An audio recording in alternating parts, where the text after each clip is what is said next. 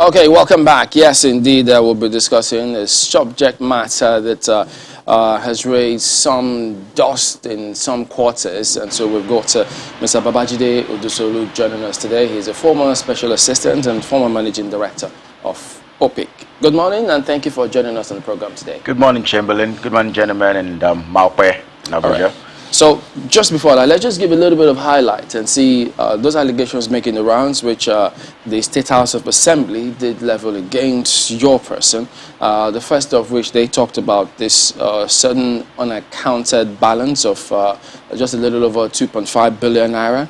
And then they say that the sum of 40 million naira was unaccounted for in year 2019. And then there was, you expanded unbudgeted sum of 881.5 million naira, and they also say the proposed there was a proposed 5-star hotel which is supposed to be in Ikeja. It had no physical existence, yet a whopping sum of over 45 billion was expended to obtain title documents and the selling of 8.2 hectares of land at Isheri to Rainy Hill Limited at an undervalued price of 164 million naira. So the house that they sat, they had this committee on public account. There was Auditors Report, and they said that these are the things that they found you wanting for while you were in office. What's going on? Thank you so much for that brief summary. First, my name is Babajide Odusolu. I was a special advisor, property and investment to the former governor of Ogun State, Senator Bikola Amosun, and concurrently the managing director of OPIC. As you rightly surmised, these allegations were made by the State House of Assembly's Committee on Public Accounts. My first knowledge of this issue was October 6, 2020, when I got a letter, quite a friendly letter actually. I have a copy and I can show you if you want to see it or you want to put it on the screen for people to see. A friendly letter that basically said they were doing a review of the activities of the corporation, and they requested my assistance to provide clarification on some issues that had arisen during that course of that review.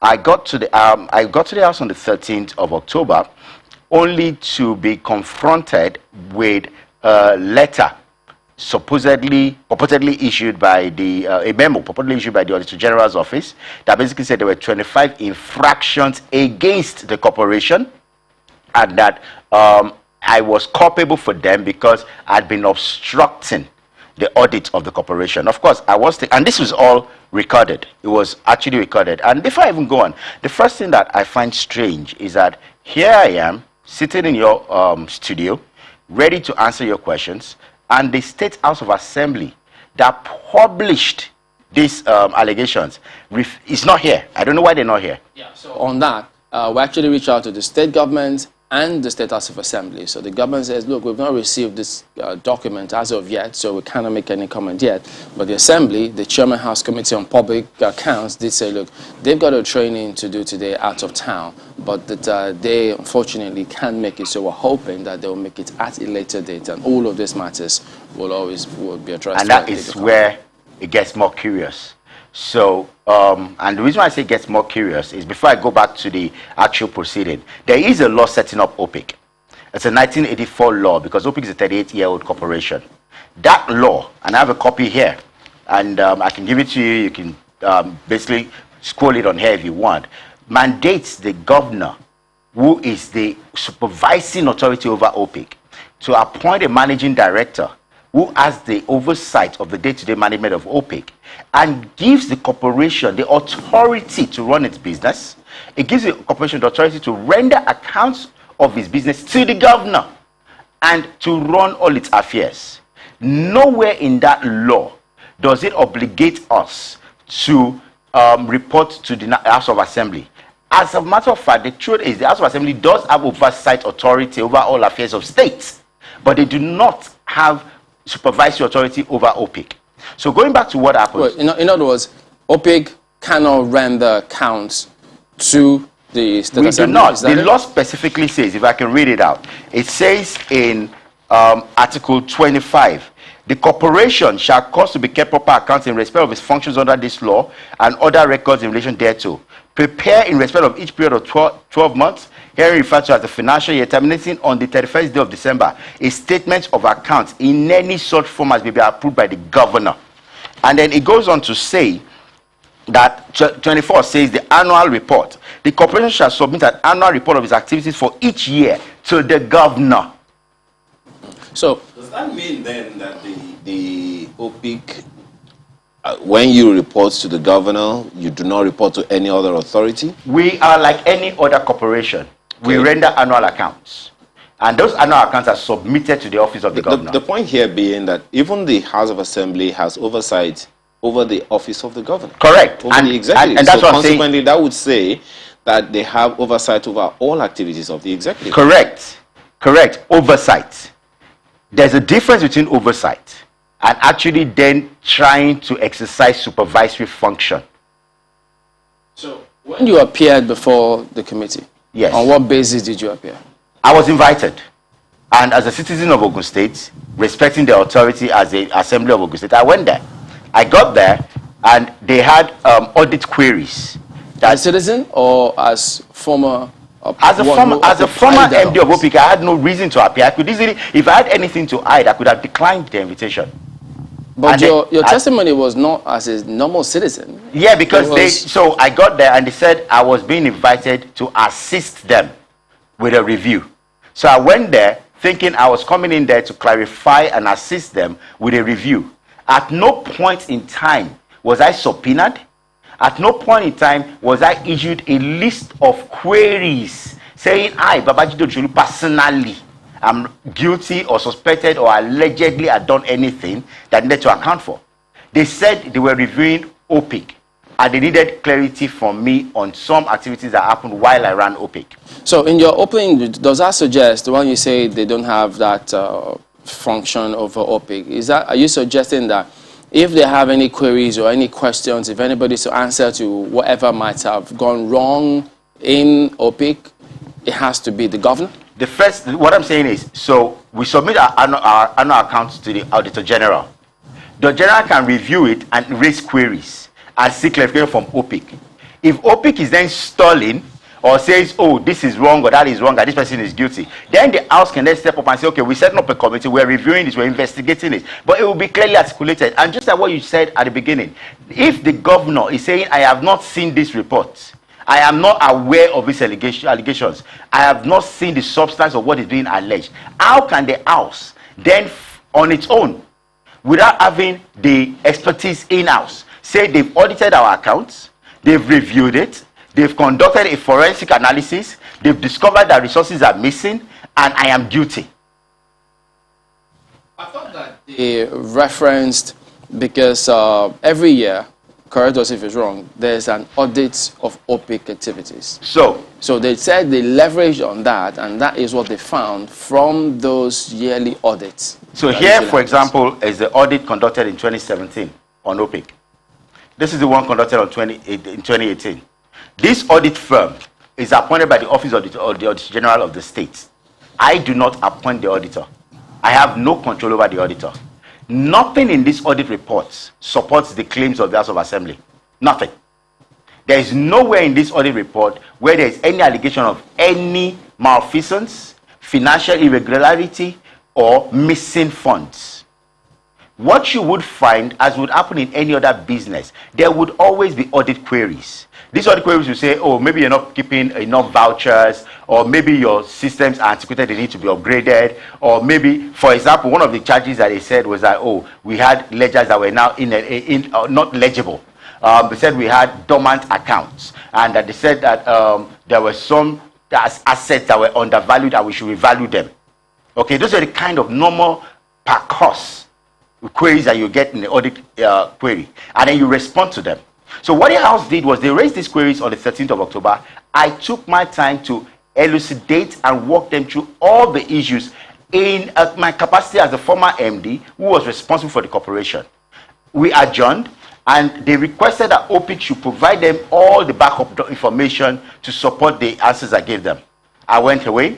They called me back on the 9th of November saying they needed additional clarification. Before that day, I left there, and the next thing I saw in the papers the next day was a story planted saying that, oh, they discovered that there is money missing in OPIC and they are holding me liable for it. This was last year. Immediately, I issued a press release saying that this is not the actual state of what happened at the house. I narrated what happened, and I put it out in the media. I was invited by various journalists to explain what was going on. I gave a sincere and open answer. And then on the 9th of November, something very strange happened. I got back to the house to see a massive number of journalists who, of course, it had become a public interest story, who showed up at the house wanting to find out what was going on. I was sitting in the meeting room, and I heard a loud noise going on outside. So I asked what's going on. I heard that the Speaker of the House himself was stopping the journalists from going into the chamber, saying that they did not invite journalists and they did not want anybody in the house, that nobody should come and see. And that's when I got worried, that this had seemed to be a well-orchestrated drama, a political drama being enacted. Going back to the issues, we got back into the house. They raised queries on the accounts of OPIC. That meeting was attended by my good self. The assistant to the current MD of OPIC was there. The director of finance of OPIC was there. The director of projects of OPIC was there. The internal auditor of OPIC was in attendance. The auditor general of the state was there. Okay, the only person that was not there was the actual auditor that audited the accounts of OPIC. And the director of finance of OPIC said there is no money missing in OPIC. These are the ways we run transactions. These are the issues. These are the facts. The director of projects corroborated it. But the house basically hushed them up and insisted that, oh, they're investigated and there are irregularities that they want to know about. Right. So if I could just come in, yes. Pardon me. I mean, you've laid out some of these highlights, the high points of the event. Some of the allegations, I mean, border around operation of accounts. Just yes. How many accounts did OPIC operate while you were in charge? So OPIC is a development company. So we had about 14 projects ongoing. And every project would typically have an operations account, which is basically the account from which we expend, and a revenue account, which is where we receive money from investors and subscribers. So we had roughly about 24 operating accounts in OPIC as at the time I was the managing director. And all these accounts are fully documented. OPIC, being a public corporation, no one single individual controls the accounts. I couldn't sign anything that disburses money without at least 4-5 officers haven't reviewed it, haven't checked off, and haven't signed off on it. So it is impossible for 2 billion naira to be missing in OPIC, according to them, from 2000, and I think they're claiming it's 2017 or 2018, and no one caught it. The auditors didn't catch it. The current administration came into office 2 years ago. They didn't catch it. There's a new MD, substantive MD in OPIC that's been sitting there for 1 year. He didn't catch it. And you're telling me that the House of Assembly that does not have operational control of OPIC suddenly, within a 3-month period, say they caught it? You know, I think it's always going to be debatable, the role of the State Assembly, I mean, in issues of governance. I mean, yes. You understand their roles essentially. Correct. I mean, it's ready to be tested anywhere, just to what extent they have, you know, a right to oversee, as it were, or perform their oversight function. Yes. But regarding those accounts, now, some of the allegations say, you know, the company operated, or corporation operated over 20 bank accounts. In fact, kept 27 accounts, yes. With only 11 banks amounting to 117 million naira, just over that, while the remaining 16 accounts, so 11 bank accounts had 117 million naira, while the remaining 16 accounts amount to 608 million naira, and they were embargoed. And those were some of the issues that were quite curious to the State Assembly. What exactly played out there? Over 20 bank accounts, certain amounts embargoed, and the rest. So first, we need to understand the convention of banking in Nigeria. I'm sure if you go check, all of you probably have accounts that you don't use anymore, that you've written the banks to close, and the banks drag their feet. I've got accounts that I used when I was in university 25 years ago, that the bank, I've written the bank. Some of the banks are even defunct, and they refuse to close them till today. So some of these accounts are accounts that have been owned by OPIC for over 20 years. and we've written some of the banks and said, we're no longer operating this account, close it. And we've sent them the letters and they don't close it. So we don't operate those accounts. They're dormant accounts. Okay? The operating accounts are accounts for which you transact on a regular basis. Now, it's typically the convention when a new government takes office, to place an embargo on operations until they've had enough time to review the activities of that corporation and decide, okay, we're satisfied with what's going on here, keep spending.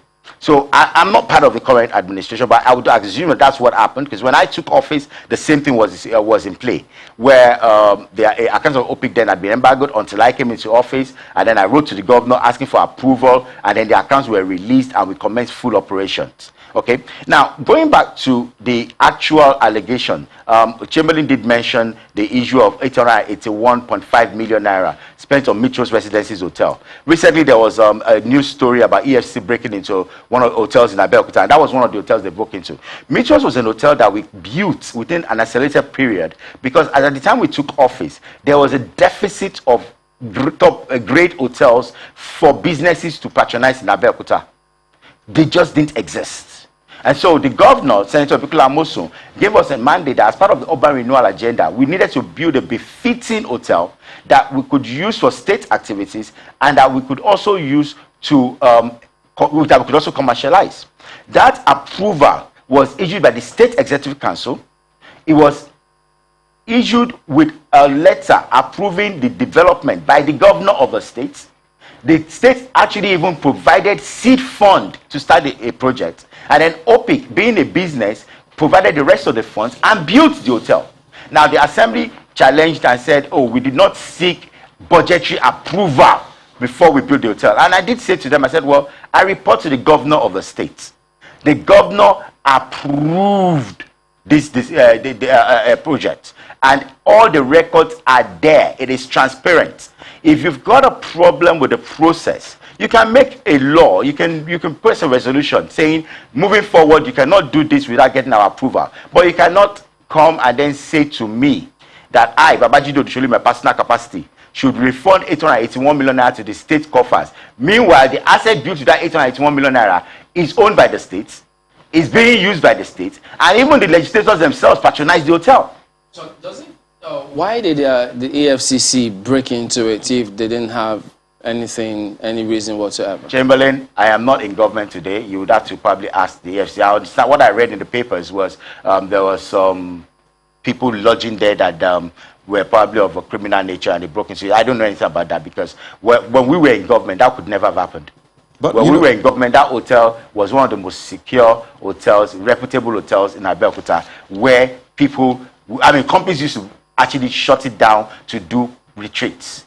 So I was astounded when I saw that report. I don't have the details and I don't want to speak to it. You know, the Mitros Residence is a big point in this whole, matter. And they say that the funds expended were not allocated in terms or in best budgeting practices. And in fact, I think there's a call that you avail the committee with documents in support of all cost lines and revenue on the properties between 2015 and 2020. And I think this forms a core, at least a part of the allegations that have been leveled against you. So in terms of the funds that were expended for Mitros Residences in particular and the way the budgeting happened, what can you say about that? Again, Mitros was developed under a mandate issued by the State Executive Council.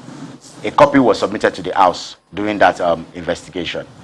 It was developed with an approval, a written approval from the governor of the state, to whom OPIC reports. Now, like Chamberlain said earlier on, the challenge here is, so the fact that it was not budgeted for, does that mean as a business we see a commercial opportunity? We have to first wait until the next budgeting cycle, or wait until opportunity avails us, get to the House, seek approval before we can execute. I don't think the promoters of the founding fathers that created OPIC did not design it to be a parastatal operating that way. And it's a self-funding corporation. It is not. Are you saying they're not right if they say you cannot spend on budgeted funds? I believe that they're wrong. I believe that what it ought to be is, we take business decisions. So let me give an example. So every year we prepare our business plan. Well, we prepared a business plan. We prepared a budget based on it. But the state always had a budget envelope. So the state decides that this year we want to have a budget size of 500 billion. Now, OPIC is part of that budget size. But OPIC is self-funding. So if OPIC goes to government and says, okay, we have this opportunity to do a project, a captive project that's going to generate 25 billion, it becomes a problem because they've got to find a way of fitting into that budget envelope. So invariably what happens is that you always have that, should I call it a challenge of how do you fit a business into the budgetary envelope when it is a commercial operation. Okay, so for example, during our administration, we secured a project from family-owned funds. It was a 7 billion naira project to do 1,000 housing units at New Market City. Okay, and that project, it was a nightmare trying to fix it into the budget of a state. And in the end, we had to treat it as an independent contract because it just couldn't fit it. And that's where the problem comes. So if you have an operation, business operation, and you try to now force it into that box, it becomes a challenge. And let me quickly speak to the last point of 8.2 hectares being sold to a developer. OPIC's law gives us the mandate to deal in real estate, to set valuations for the real estate that we deal in, and to take business decisions that would enable us to make profit. That's what the law says. The state government had a policy where they wanted to encourage commercial enterprise to come into the state. As part of that policy, they granted rebates and concessions to various industries and investors that wanted to come to the state. And OPIC keyed into that. When we keyed into that, Pasiena's group, who are the owners of Reina Ale, approached the state that they wanted to develop malls across the state. My apologies, sir. Yes. Just before we let you go, the contest now is between the operations of OPIC Yes. as a state-owned organization, Yes, and the responsibility of the House of Assembly being like the captain over all of the activities of the state. Now, I'm wondering what you're saying here. What role do you think, in the name of accountability, a House of Assembly such as Ogun State House of Assembly should have on such a corporation as OPIC, if you would recommend from your experience? For the 6 years I ran OPIC, what was always happening was the House would invite us during the oversight function. They would also attend, they used to come to OPIC, okay? They come in, we present our records, we share with them what we're doing. Sometimes they even say they want to go visit our sites. We take them on our sites. They understand our operations. They review it. They make advice or make comments on what they think we've done right, what they think we should improve, and they move on. This is the first time, to my knowledge, that the House of Assembly is getting into the arena unilaterally on its own. What do you think is wrong here, really? First is to say that OPIC, you cannot divorce, you cannot suddenly say that the person, I, as an individual, am liable for the corporate actions of OPIC. It beats all logic. So where then do you think this is all coming from? It's a political vendetta. It's basically political theater because these gentlemen clearly have an axe to grind with my principal, the former governor of Ogun State. Are you then suggesting that they should call him? Well, if they really believe that there is malfeasance here, since I report to him, they should call him. I dare them to call him and tell him to come and explain why we took the decisions that we took. But, you know, the chairman of the committee on public accounts said he was very close to operations of some of the things that went on while you were in office. And so he said, look, he has that on good authority as well. And that's where I said this is a theater of the absurd. The chairman of the committee, who is alleging that monies are being spent, was a supervisor on a project we had in Ipokia, where we had to literally buy everything. We were buying everything in cash from Idiroko. Because there was no bank in Ipokia, there was no light in Ipokia, there was no water in Ipokia. Everybody was being paid daily wages in Ipokia. He saw how we operated. Not only that, when we're building Mitros, we were working on 24-hour shifts. We had gangs of workers being paid daily wages, working 12-hour shifts, and we had a minimum of 3 gangs every 12 hours rotating in and out of that site. Every member of the state ESCO was part of that project. People in that belt were wondering, what exactly are you guys doing? So you're saying that if indeed anything untoward happened, then he's complicit as well? If indeed anything untoward happened, yes, he is, because he was part of that executive council. Are you still taking legal action? Oh, absolutely. And my lawyers, Messrs. Oluwadeguru at SAN Chambers and AAA Chambers, are taking legal action because this has done irreparable damage to my person. It has done irreparable damage to my person. I'm a real estate developer. I thrive on my reputation, and this has done damage to it, and I will have to seek for justice in that regard. But while I do that, I'm also concerned about the damage this is doing to Ogun State, and this is doing to OPIC. OPIC is a going concern.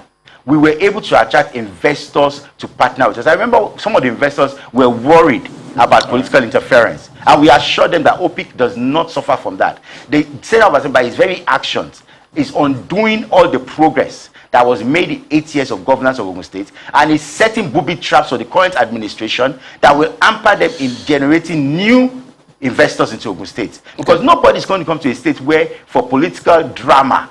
All right, we'll have to wind down. So does that suggest that you have the nod of your principal at the time to go ahead with this legal action? My principal is a chartered accountant of renown. He's a fellow of the Chartered Institute of Accountants.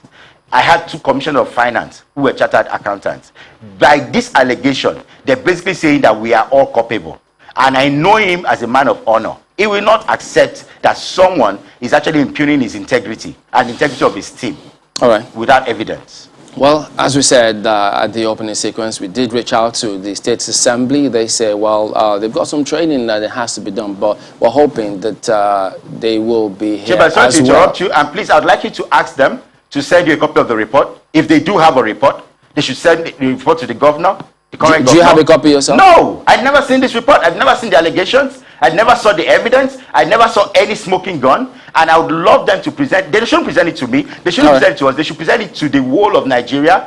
And when they do that, they should also make public the record of proceedings that validates the position that they have taken. We'll keep asking them to see if they will respond and refer to some of these matters that have been raised. But we do thank you for coming on this morning, Mr. Babajide Odusolu, former Managing Director of OPIC.